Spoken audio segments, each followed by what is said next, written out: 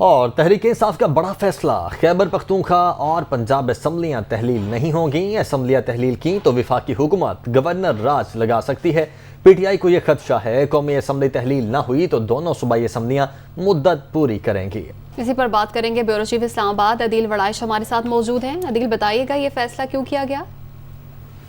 जी, ये फैसला इसलिए किया गया है क्योंकि जो इजलास हुआ है रिसेंटली पाकिस्तान तहरीक इंसाफ का, उसमें पीटीआई के लीगल टीम ने जो ब्रीफिंग दी है, जो कॉन्स्टिट्यूशनल मामला को देखने वाली टीम ने जो ब्रीफिंग दी है कि इसमें अगर ये असम्बलियाँ तहलील की जाती हैं वफाक पर प्रेशर डालने के लिए कि वो कौमी असम्बली भी तहलील करें, तो ऐसी सूरत में वफाक ऐसी हंगामी सूरत हाल से निपटने के लिए गवर्नर राज लगा सकता है और फिर वो तमाम अमूर जो हैं जो सूबों के वो फिर वफाक से कंट्रोल होंगे और उसके बाद फिर इलेक्शन कमीशन ऑफ पाकिस्तान के पास इसके सिवा कोई चारा नहीं होगा कि इलेक्शन कमीशन जनरल इंतखाबात से कब यहाँ पर इलेक्शन करवा दे।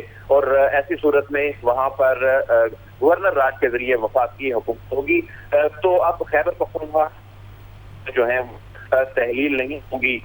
इसका एक जो हल पाकिस्तान तहरीक इंसाफ ये समझती है, तो उन्होंने एक माह का अल्टीमेटम दे दिया है कि असम्बलियाँ तहलील करे वफाकी हुकूमत, उसी सूरत में ही सिर्फ असम्बलियाँ सूबाई तहलील दोनों की जाएंगी। लेकिन फिर ऐसा नहीं होता तो ऐसे में गुज़श्ता रोज जो खबर सामने आई थी कि इमरान खान खुद 9 हल्कों से इलेक्शन इसीलिए लड़ रहे हैं ताकि कौमी असम्बली में वफाकी की जो स्ट्रेंथ है उसको मजीद ना बढ़ा सके और जो टास्क दिया गया है परवेज खटक और दीगर को, वो उनकी जो थिन मेजॉरिटी को करने के लिए वो एंगेज करेंगे पॉलिटिकली। उसके बाद तहरीक इंसाफ की जानिब से फैसला किया गया है कि केपी और पंजाब असम्बलियाँ तहलील नहीं होंगी। बहुत शुक्रिया आपका आदिल।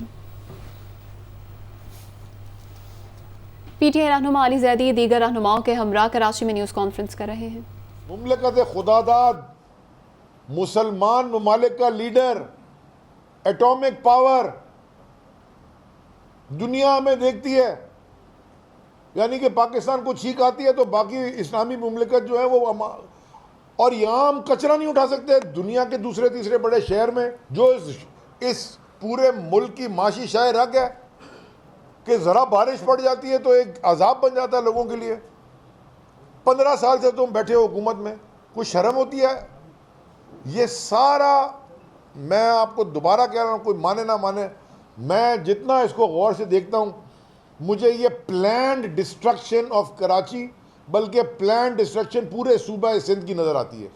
ये किसी प्लान के जरिए ये आसिफ जरदारी कर रहा है तबाही।